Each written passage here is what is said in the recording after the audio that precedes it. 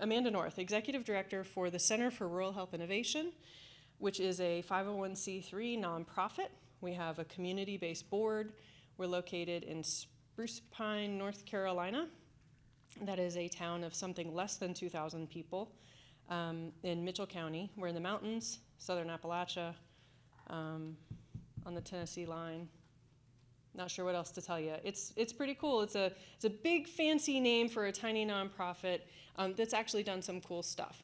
So our flagship program is the Health eSchools program that was started 12 years ago by a family physician who had been a teacher before he went to medical school and was exposed to this idea that a child with a Medicaid card still didn't have access to care if they didn't have a way to get to the doctor's office, someone to take them. And that the simplest things could be solved if you brought the health care to the school. But also in rural areas where schools are small and under-resourced, it's not practical to bring a doctor to the school. It just doesn't make any sense. And so this magical new thing called telehealth that was finally coming along as a possibility seemed like something that would work. And so the Health eSchools program was born out of that, and it's in its 12th year. I would go on to introduce my colleague, and we kind of sat by organizations up here on purpose, so we're going to try to help y'all keep straight who's who. So my colleague, Tanya Hensley, do you want to introduce yourself? That'll also give us a chance to make sure the mics work. You want to share? Yeah. Oh, I forgot that part. We are recording this for posterity and for other people. So anybody who speaks up needs to use the mic. So I'm Tanya Hensley. I am the lead provider. I'm a nurse practitioner for Center for Rural Health Innovation. My background before this was in those schools, tiny schools that tried to have a brick and mortar school-based health center. Just like that physician in Mitchell County, those schools were too small to support a provider coming there full-time. My school-based health center lasted the 5 years of the grant and then unfortunately closed. So when I came on with Amanda's organization, it just made a lot of sense to be able to reach multiple schools from one hub. So that's kind of been our model the entire time. I've been there almost 9 years now. And I couldn't do a thing without her. So let me go ahead and tell you the rest of what there is to know about Health eSchools here at the beginning. I have a map, woo, and then I'll let the other side of the line here introduce themselves. So what I've got here on my North Carolina map are the schools the counties in red. North Carolina has a pretty tight correlation between counties and school districts. We've got like 100 counties and 115 school districts in the state. There's just a few that are, a city has a school district in addition to the county having one. But for the most part, when I say Mitchell County, I mean Mitchell County schools as well as the county. So that I realize that's not the same everywhere. So I just wanted to kind of belabor that a little bit about North Carolina. So those red counties in the west they're kind of clustered around Asheville, North Carolina. But we don't cover Asheville because that isn't rural. They're fine. They've got their own program. But that's where the Health eSchools program operates. The blue counties are where we have partnerships, in some cases with the folks in the front of the room, and in some cases with the folks in the front row of the room. Hi, Pender County. That's the whole point of this whole presentation. So we'll get more to that. Chrissy, do you want to come take over? I'll put your slide up. Thank you so much. I've just been using the cursor because me and the clicker didn't Got it. work out. Okay. Good afternoon. My name is Christy Simeonson. I'm a pediatrician. I work at East Carolina University in Greenville, North Carolina, which is the other end of the state. So, yeah, we did sit east to west. Yeah, pretty good. Okay, nice guess. Well, Sue Ellen needs to be on the far end.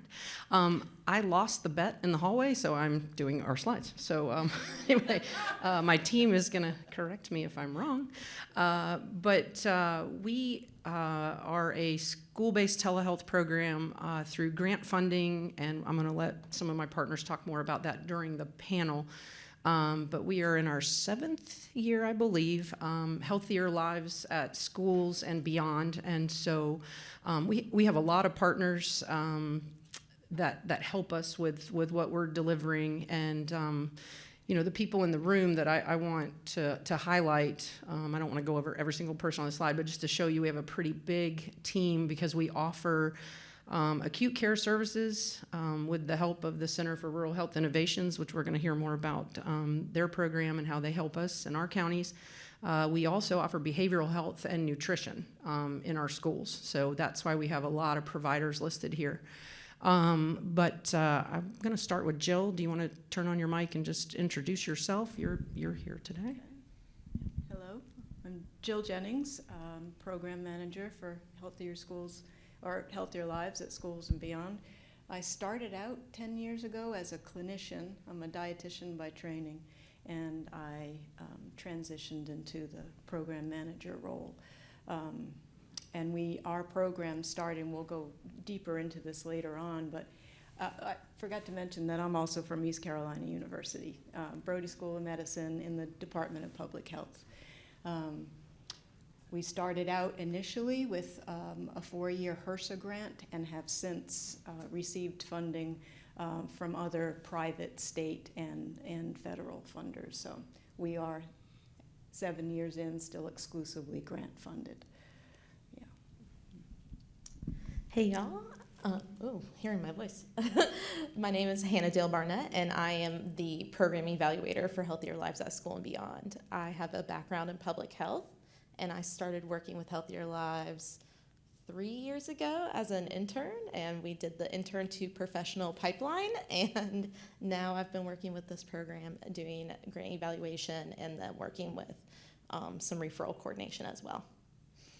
And then Sue Ellen, before you start, I'm going to pause for advertisement here, but I'm not going to mention brand names. I'm just going to highlight Sue Ellen. Sue Ellen's going to introduce herself. Her name is not on our slide, but I want to tell you guys one of the most magical things about this group of people on this slide and also behind the scenes is that I don't even know how to say this correctly, but it's a group that's just always energized and trying to go to the next thing and how can we help, how can we serve our children. And about, I don't know, was it a month ago, 3 weeks ago, Jill Jennings went, we need Sue Ellen to go. Like, she's one of the school nurses. Isn't she the best? And I said, yeah, like, see if she can go. And we were all like, there's no way. And in the course of that meeting, she got a text back from Sue Ellen, yeah, sure, I can come. We were like, yeah. So Sue Ellen is not on this slide, but probably if we rename our program after a person, it's going to be Sue Ellen Cottle because she has been like the dynamo for us. But I'm going to let her introduce herself, and then we'll deep dive more into her amazing role. But go ahead. Yeah. Hello, I'm Sue Ellen Cottle, and I'm the lead school nurse with Duplin County Schools. We're down on the coast. We have 15 schools in our county. In all 15, we are a lucky county. We have a nurse in every school. I know that is very fortunate, and we do know that we're fortunate.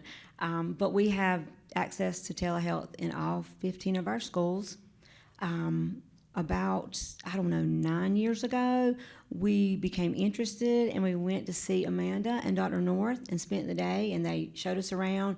And on the way back, the funding was the problem with our school system. We just couldn't afford to buy the equipment and all that. So we came back, and my director at that time, he said, listen, Sue Ellen, he said, we might not get it right now. He said, but it will come. Just have patience. And so we came back, and about a year and a half after that, I got a call from Jill through Healthier Lives from East Carolina, and she was asking if we would like to develop a partnership with them for telemedicine. And I was like, yes, yes. I was like bewildered. I couldn't believe I had gotten the phone call. And so from there, it just kind of went forward. And, now we started with acute medicine, or acute visits, and now we also do behavioral health and nutritional telehealth. Thank you. Yep. So if Jill Jennings calls you, you have to say yes. That's kind of the theme for us. Okay, I think I got it. There we go. All right. So this is our map, and I'm glad Amanda pointed out our North Carolina. How many people are from North Carolina? Sorry, are we already doing that fall? Okay, so you guys know your geography. I'm glad she pointed out about our school systems because we're actually in one school system that is just the city, Clinton City Schools in Sampson County. So we don't cover Sampson County schools, but we cover Clinton City, which is in Sampson County. But then, as Sue Ellen mentioned, we are in Duplin County. That's where we started. Thank goodness, because I think that's why we've been able to grow really well, because of you and your team. And then we're also in Jones County. So those are the three that we are currently covering. And I think everybody in this room is probably thinking always possibilities about expanding. So this is just a quick infographic. I'm not going to go through all this. I encourage you to come up at the break. Hannah knows this, lock, stock, and barrel, can answer all these questions. But one of the big things for us in rural counties, I think, Amanda and Tanya can emphasize this too, and you all in Pender County, is that where you guys are too? Yeah, that, travel is huge, right? So saving students and families miles to get to a behavioral health appointment, nutrition, or even acute care. So that's one of our big pieces. And I think everybody knows coming out of COVID how hard kids are struggling right now. I think all the school nurses in the room probably know more than the rest of us. I mean, I think those of us that are parents are like, oh yeah, it's bad. But I think school nurses are taking the biggest brunt. And so the pie chart really shows you a lot of our referrals, are for behavioral health. Kids are really struggling right now. So this is a nice option for them to be able to get services in school.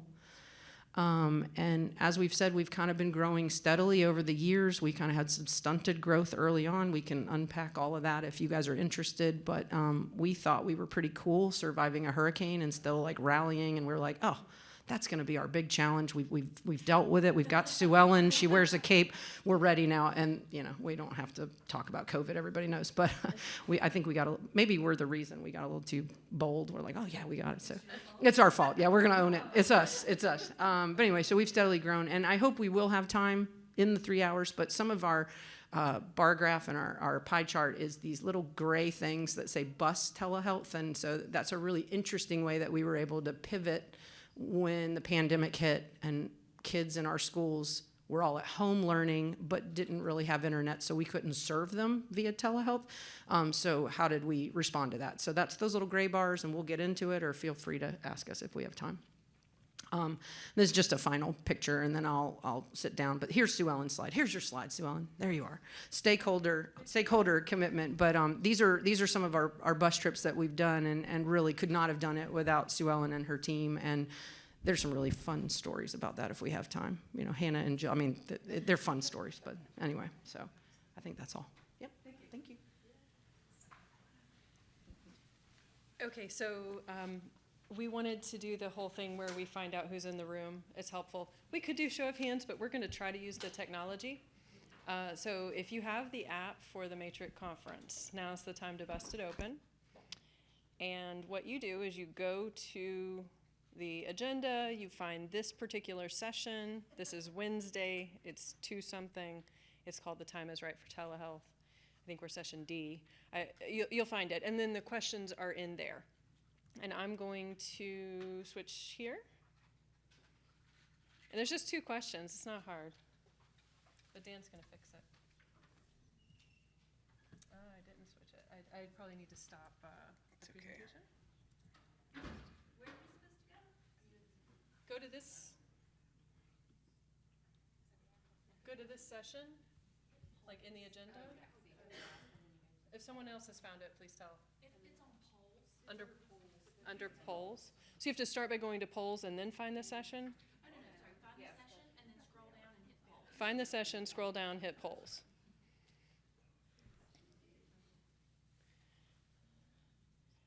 And like I said, there's only 2 questions. You can see what they are there.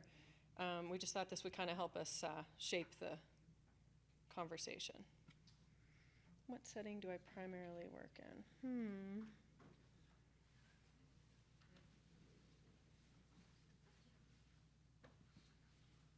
Oh, look at you answering questions.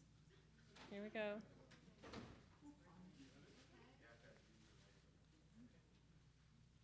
You're not logged into the app yet? Okay.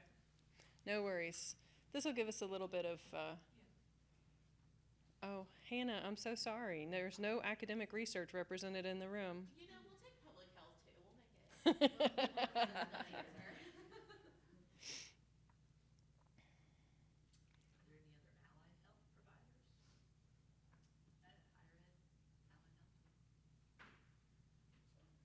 Alrighty. So we've got...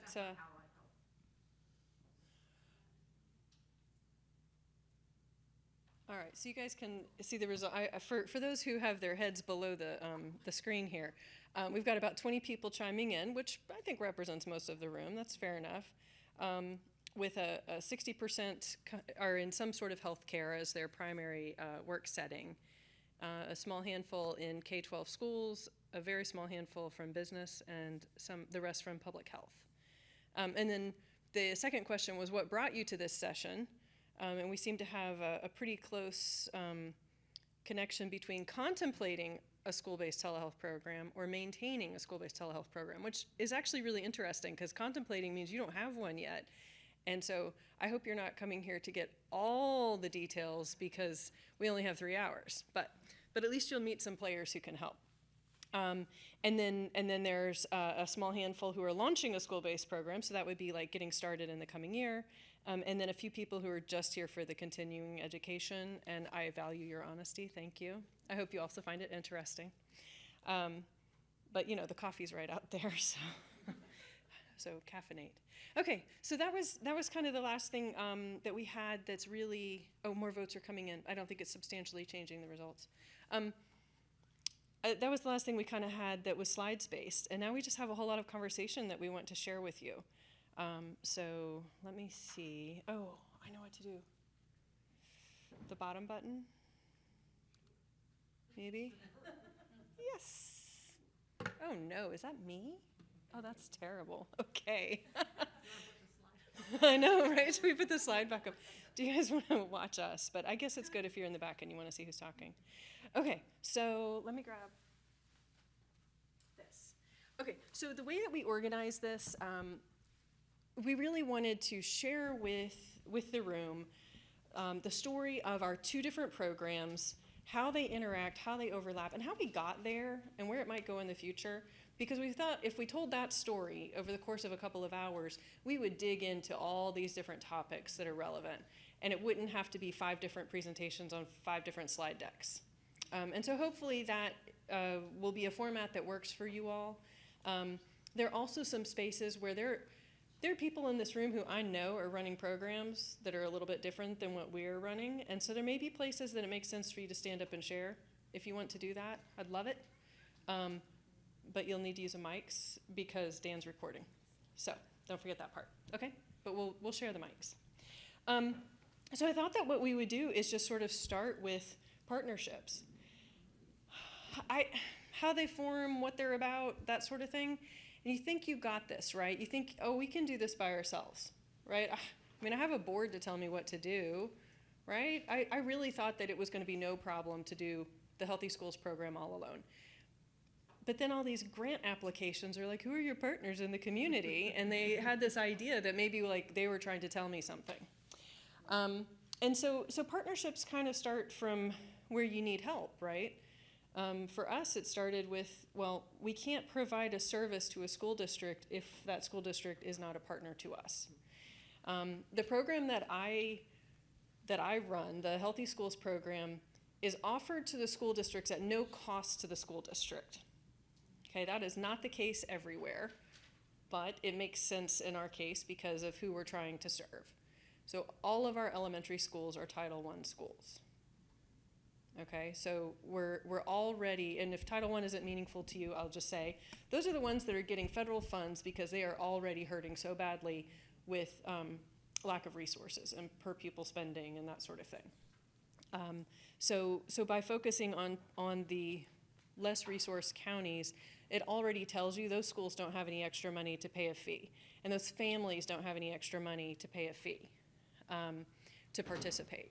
So we come up with all of the money to offer the program and say to the school district, can we do this with you? And then we work out the in-kind arrangement, right? Which in the most simple terms for our program is that they provide space for us. They provide school nurse time, not a whole lot of it. We try to keep it as thin as we can and make it as easy as possible, but they do make it possible for us to be on site in their schools.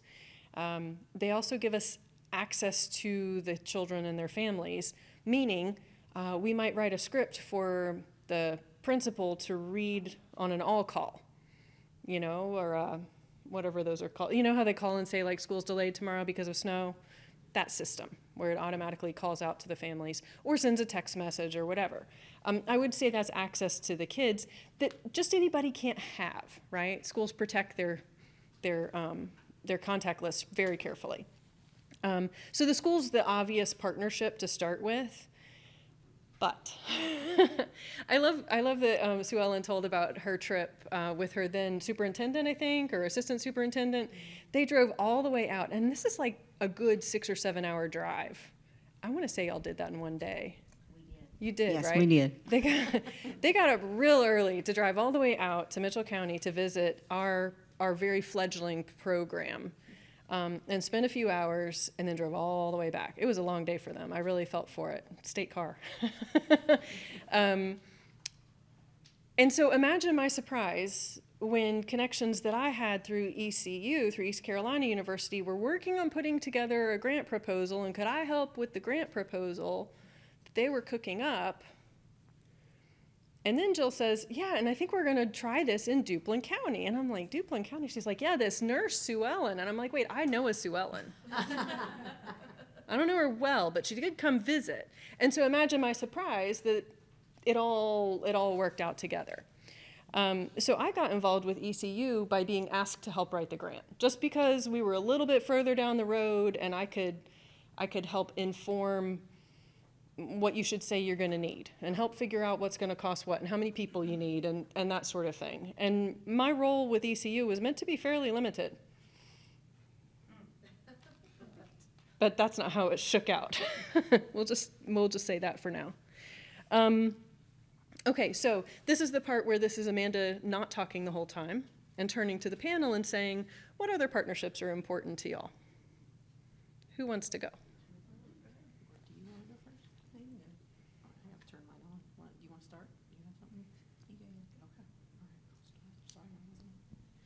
I think one of the first things I wanted to mention, Jill and I were talking about this, about the importance of partnerships. You know, a lot of times when there's a great idea and then there's grant funding and you have a stakeholder meeting, I think so often we forget to get the right people in the room. So we have buy-in from the, medical director of a clinic or a county health director. I'm throwing things out. These aren't specifics, but you get that highest level person and they hear, oh, funding, yeah, and we need this, and yeah. But I think we learned really quickly the importance of you can't just have buy-in at that really top level of stakeholders. You have to have that next tier ready to say, yeah, okay, I don't really understand telemedicine or telehealth, but I'll give it a try. You need to sort of read the room, so to speak. And we've also realized, and this happens at our institution too, that there's really got to be good communication between those top level people, stakeholders, and the people that are working with them. Not just, we've got this money, y'all are going to do it, go. And then they don't realize what their day-to-day is really like. So we did have some fledgling problems early on with partnerships, which is why Amanda and her group really, we have not let them go, because sometimes it happens. We had really great buy-in and we thought, oh, this is going to be fabulous. And the people that were going to actually have to be doing that work with the schools were like, what, we're not getting time to do that. What? And so it was really hard and I think frustrating. And so fortunately, because of the program that Amanda has, they could kind of step in and fill in for acute care for us. So I think the first thing about partnerships is they are fabulous. Learning in public health stakeholder, I learned that word in my 30s. I was this years old when I learned what a stakeholder was. We didn't talk about that in my family, I guess. But I've realized stakeholder isn't just the person whose name is out front, or is it the highest in charge. You really got to get to the people that are going to be doing the work with you, boots on the ground. So I know you're going to have something to say. You better.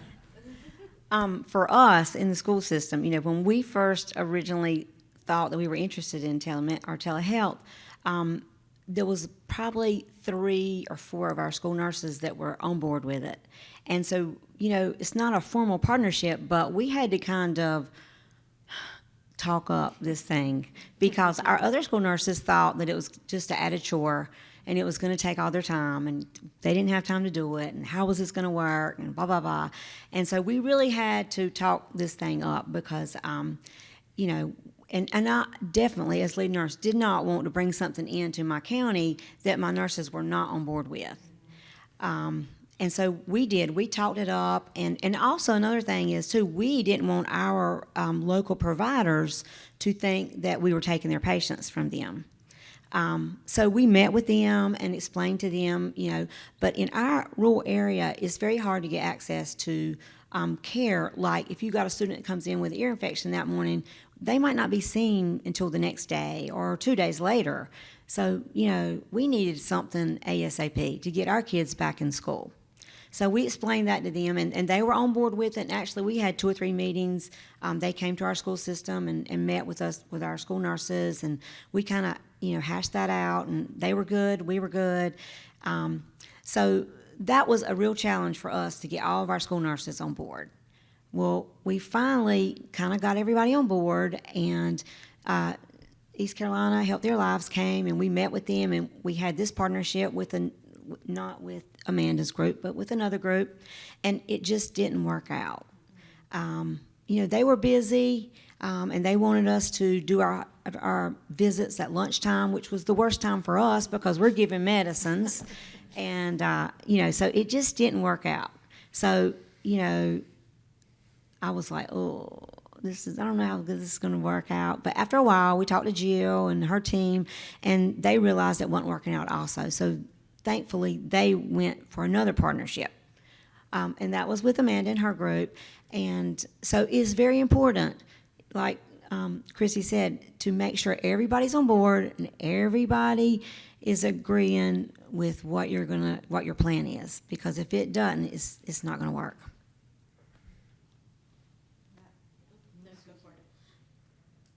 That was definitely early on one of the barriers that we experienced from ECU is trying to build that trust among your nursing staff, because like you said, there were 3 or 4 who were already on board and willing to do it, and we had to work hard at building the rapport and being consistent and being a steady in-person and telehealth presence with them. And Jill, make I sure didn't say this, but we started with 3 schools. Yeah. Right. And we started with the 3 schools that the nurses were really gung-ho and willing to work with it. So we started, small and just kind of grew. Mm-hmm. And so a lot of effort, for those of you who are contemplating, a lot of effort went into, again, those relationships and building them and being consistent with them and taking every measure possible to make sure that the burden, that we're not adding to their already existing burden that we're trying to relieve.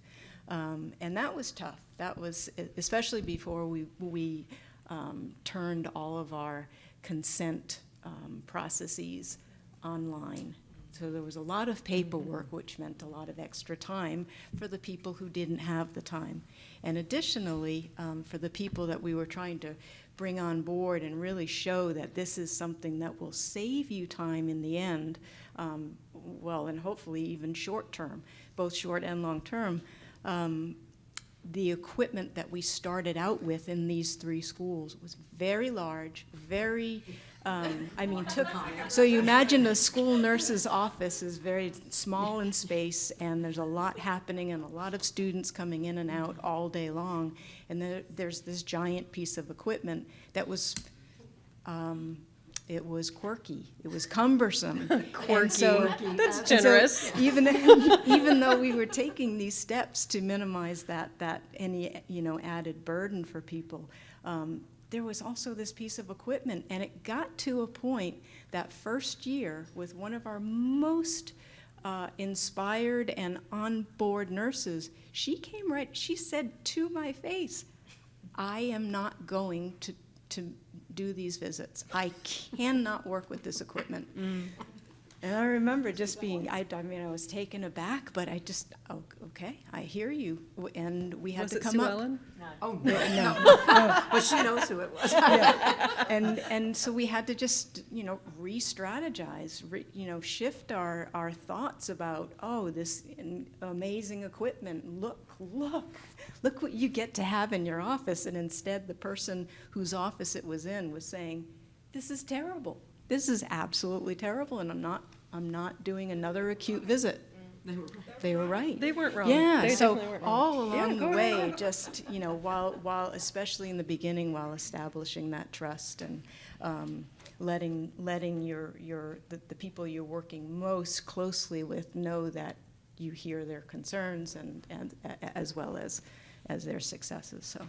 Absolutely. Go ahead. Yeah. I just want to dovetail on that because you opened the door on these carts, and so did you. Yeah, you guys talked about the carts.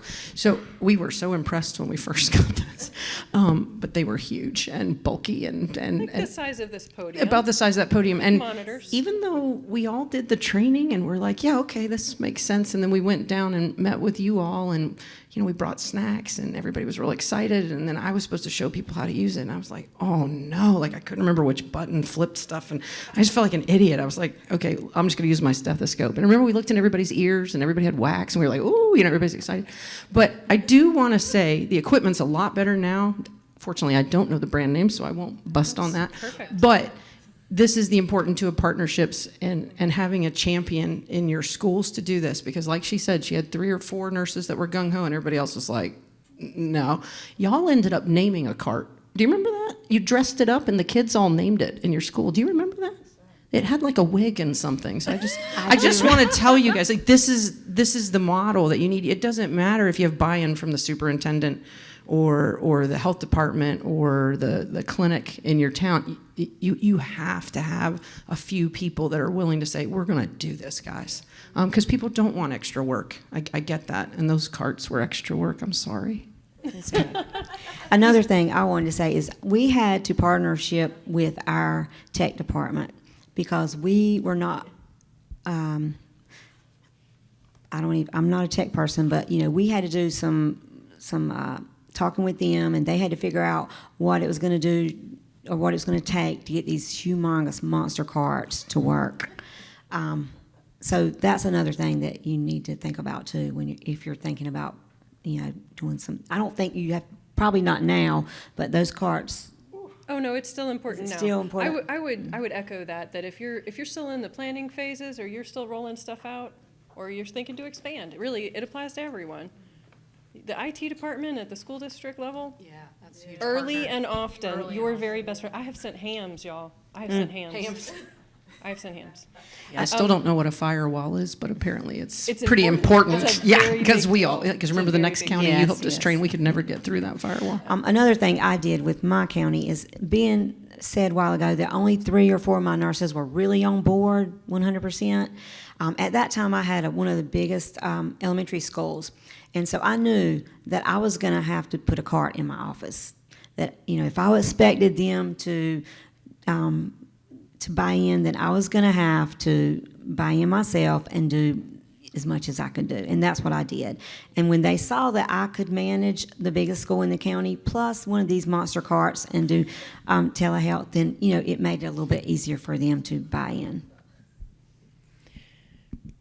So regarding partnerships in a bigger way, I just want to make sure that we're also talking about the informal partnerships, right? Like with the IT department or with all the school nurses. Those are not contracts, right? They're not even agreements that are written down anywhere. Sometimes those partnerships are quite soft and really just informal, but can be really critical. I would be remiss to not talk about partnerships outside of our little bubble here too. For example, Healthy Schools operates in Burke County, North Carolina. The big town there is Morganton. It's not that big. It's bigger than where I live. But Morganton is home to several industries that employ a lot of recent immigrant arrivals, like poultry processing, for example. And recent immigrant arrivals often have children who go to school in the public schools. So guess who we're taking care of? We're taking care of kids who don't have a lot of English, or they've got some English their parents don't. But they come to school and they have healthcare needs. It's virtually impossible to take care of a child who has basically anything more interesting than an ear infection going on in those households without sort of getting pulled into what's going on with the rest of the family.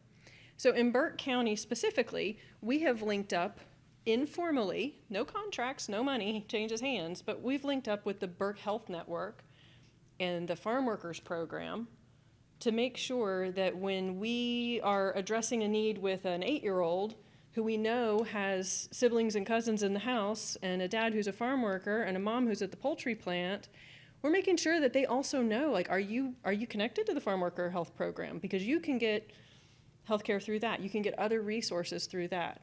And so making sure that if the Farm Worker Program comes across a family that has children, they say, hey, did you know there's healthcare at school? It's called Healthy Schools. Here's the piece of paper.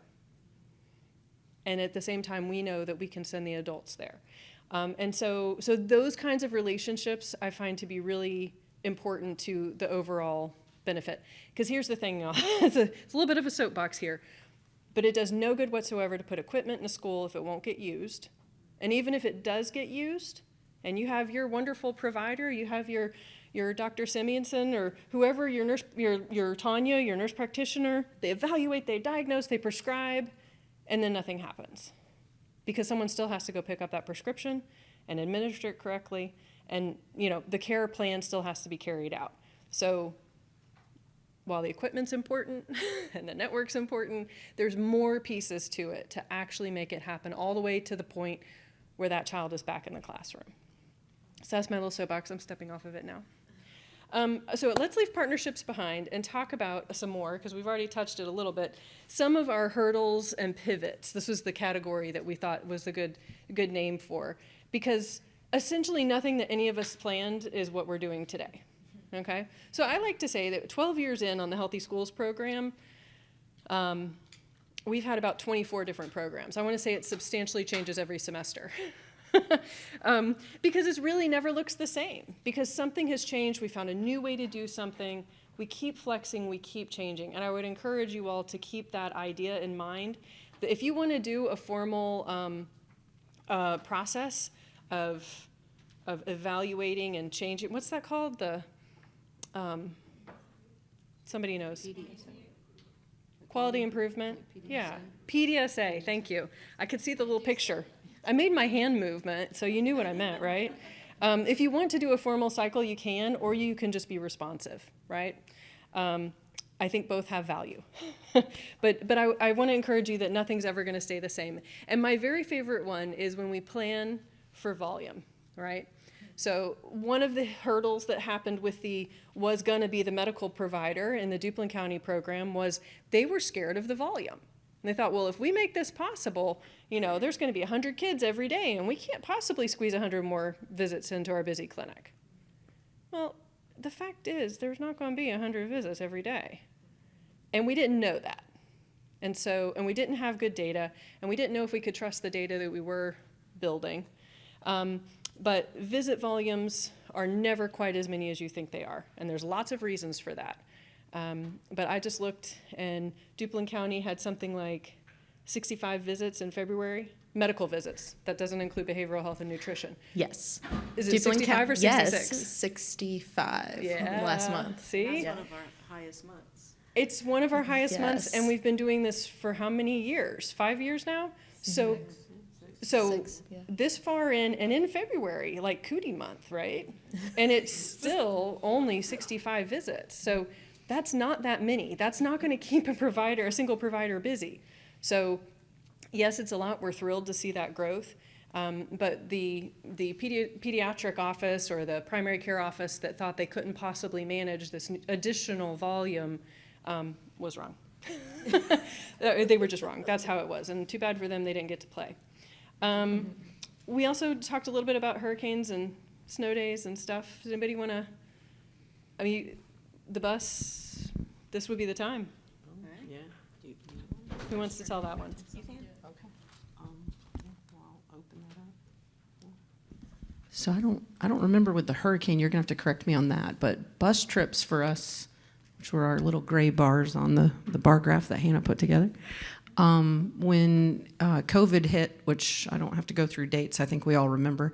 I'm pretty sure it's true across the whole country, but North Carolina started the fall of 2020 virtual for all of our public school students. And so in Duplin County, all the kids were virtual, and we're sitting up in Greenville about an hour and a half away going, well, we're a telehealth program, but most of these kids do not have internet, Wi-Fi at home. We're not really going to be able to serve them via telehealth.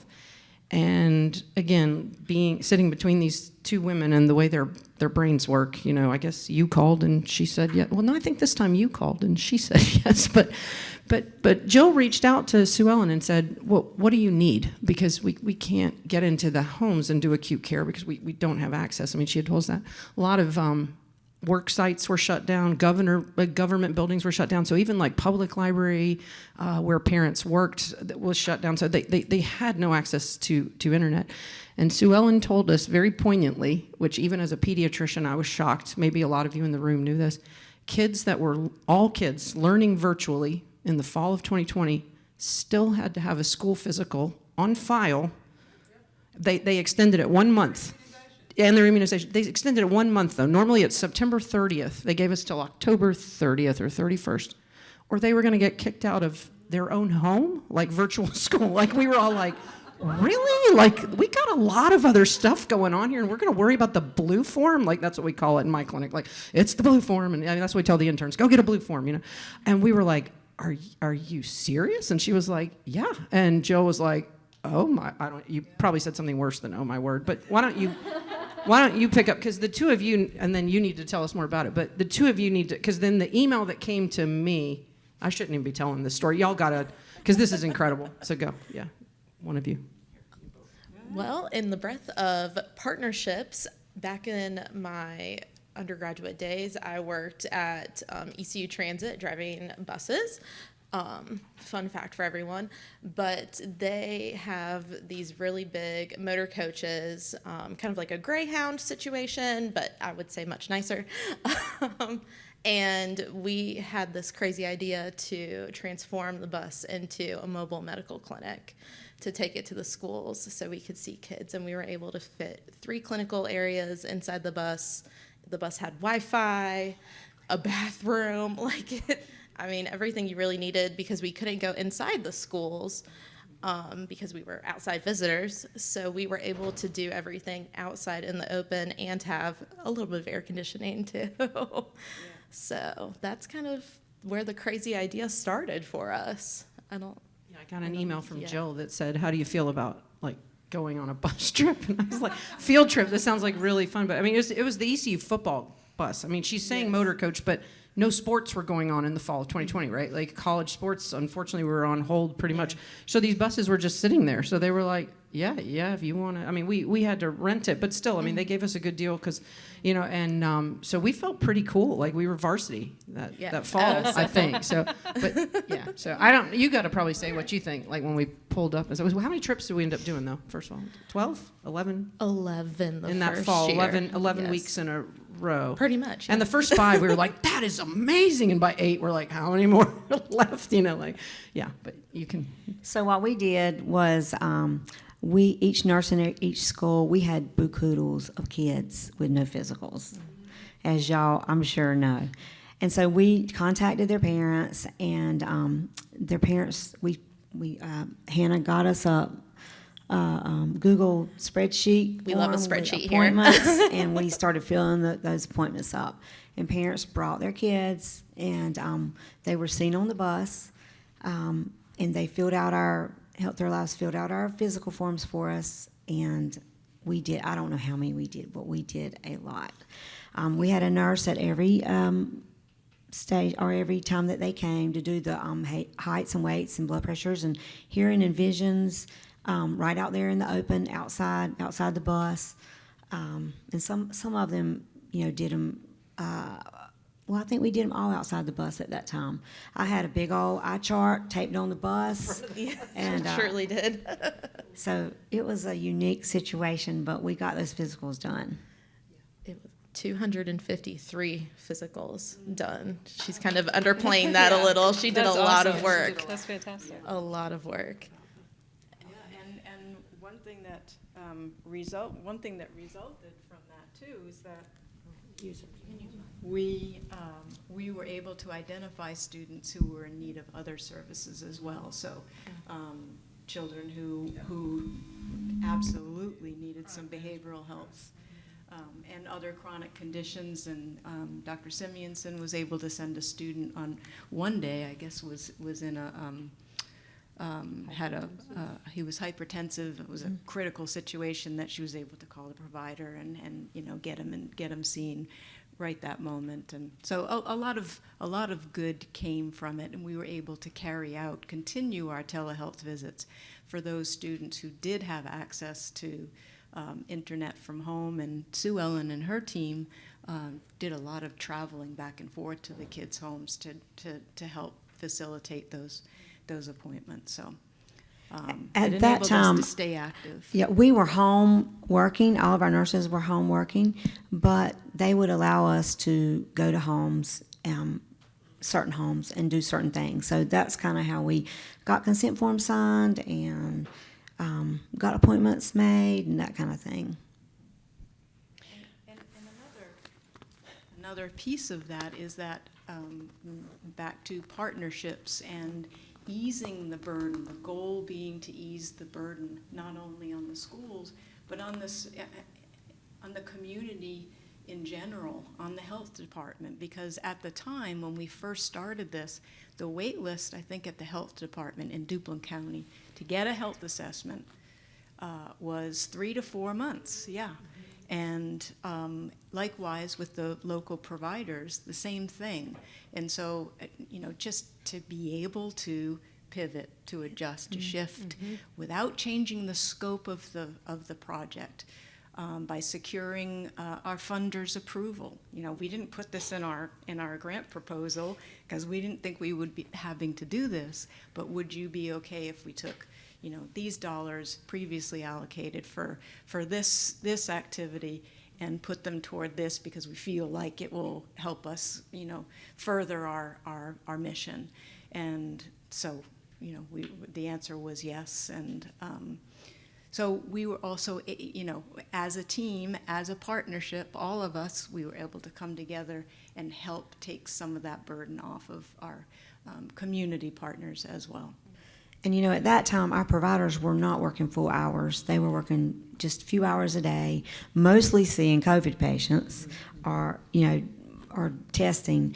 And our health department was way overloaded. They were not even they were only seeing just a few, health assessment visits. So we had nobody to do their health assessments. So, And I just, yeah, you guys did some too. I just want to point, because I think that's important to point out, you guys filled some of that gap too. But just to remind everybody again, because we're kind of throwing out numbers and wait lists and all this, 3 to 4 months wait list, like we're in September trying to get these physicals, or the kid is going to get kicked out of virtual school in their home, right? So, and I know we get frustrated. This happens every year. I mean, as a pediatrician in Pitt County, we got 200 or 300 kids on the list. But usually these families who don't quite have it done, I mean, they're not sitting at home going, I'm going to see how long I can wait, right?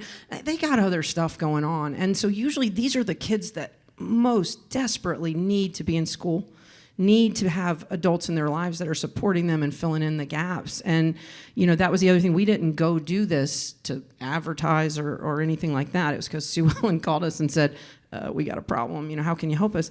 But those are the very kids that we needed to identify, because of, nutritional issues, behavioral health. I mean, they really were more in crisis even than the kids whose physicals were already done in April and May, right? So I think it's similar to what Amanda was talking about with Burke Health and being able to find people where they're at and go, hey, by the way, do you know about this? See, we were able to go do those school physicals.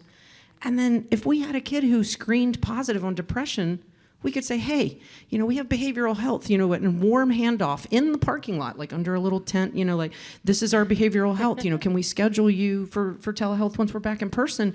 It really makes a big difference when they're like, oh, I'll be talking to you, or, like kids who are, wanted to play football, but their BMI is severe obesity. I could be like, I really want to recommend, that you talk to one of our dietitians because, we could really get some good recommendations for building muscle mass. It'll make you better at football. And they were like, okay. And then I could take them out and introduce them to the dietitian. And I really think it helped a lot with the referrals for the other things that these kids really need. But Definitely it did. I remember, we have pre-Ks in every one of our elementary schools.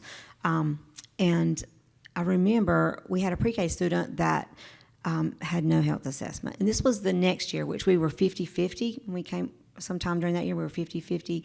And so we ended up getting permission from our pre-K director that the family specialist put the pre-K student on the bus, brought the bus to where the East Carolina bus was, and we got the physical, and they hauled them back. So we tried to do some things like that. If Do what you got to do, right? So we had one student on a bus and a family specialist to go get a health assessment. But I want it to worked. hand a mic over to Tanya because I know that she has plenty of pivots and hurdles that she can talk about with the Healthy Schools program. But thank you for that. I think that's a really important one and a great story about continuing to meet the need, even when things change. So. Yeah, I didn't know that story. That's awesome. So, so I guess just kind of changing back to provider side and expectations of visits with the people that are going to be in those visits. I mean, administrators, funders, they're going to want their numbers, of course. But for us that are in it every day, really just you have to think differently about everything. Like for us providers, if we walk into a room, we've got everything we need in that room. We've got parent there, student there. We've got somebody out in the hall that can run, get things, bring forms, call pharmacies, do those sort of things. So just remembering that it's a little bit backward the way that you're going to be doing these visits. You're going to come into that visit.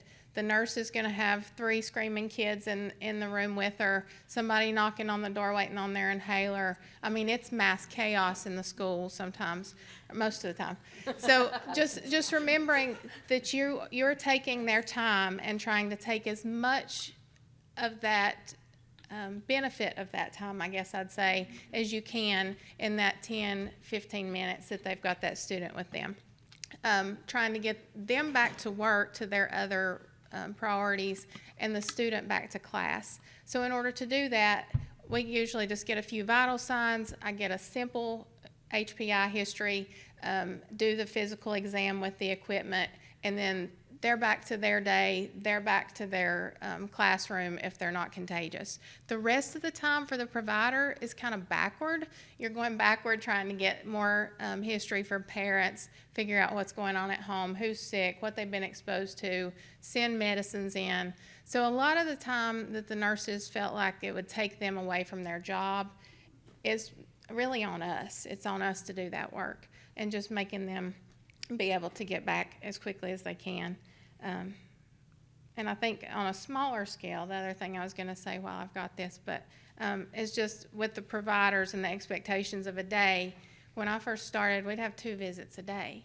And I felt like, Amanda's wasting her money. She's going to figure it out and fire me. But as you add different ideas in schools and things, the volume will seem to come with teachers seeing us first. That's one thing that is important to us, is to be able to keep the teachers in class teaching, because we know that if they're out, all their students are missing instructional time. Really, they have to get a sub for a half a day, and that's just not equivalent to the teacher being there.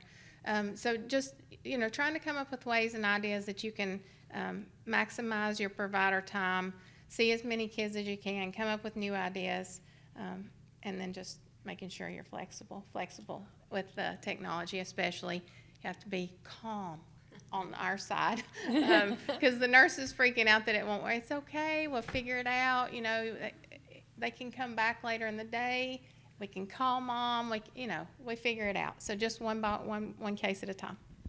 Thank you Amanda, for that. Can I ask you and Tanya a question that kind of goes along with Pivot? Sure. I think, can you guys speak to the point of care testing that you guys have done or you do, and has that changed because of COVID, like with rapid tests? Can you guys pivot on that, or is that Yeah. coming later? I don't- No. Actually, we didn't have that specifically written down. I think that's a terrific question. My organization has a CLIA waiver that we renew every 2 years, in September is when ours is due. It's time this year. And the addendum on the back of our application has a long list of sites because they want to know every place that you might do a little strep swab. And so it's like 5 pages long because it's all the addresses and the exact list, even though it's the same for each site, the exact list of which tests we might perform there. It's kind of obnoxious, but Lacey's great. So we do have some CLIA wave tests that we've made part of our system. And we did not, for a long time, do flu testing.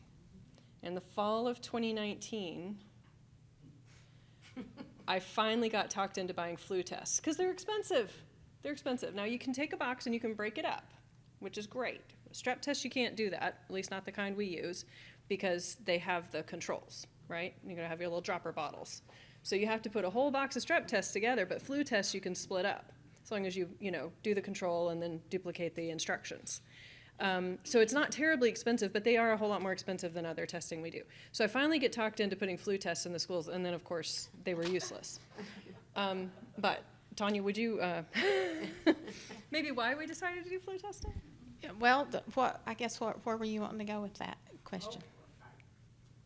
I mean, if I was in the audience, I would want to kind of know, like, are you just identifying like ear infections and rashes? And I know you do more than that, but I was wondering now because I remember fall of 2019 when you guys talked about flu, and I was like, ooh, I was really, because I don't love the flu. That sounds weird, but I'm kind of a flu nerd. Hate coronavirus, but flu is still, I don't know, I think it's cool. But I was just wondering, like, so the flu tests were expensive, but what do you guys do now? Are you just back to rapid strep? Do you do urine dips? And have you done anything different now with respiratory?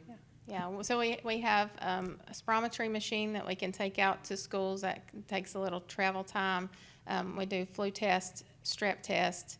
A lot of the nurses still have COVID tests in their office, so they'll run that for us if we need it, and urinalysis, so a urine dip. So that does give us a lot of information that we can have some true data.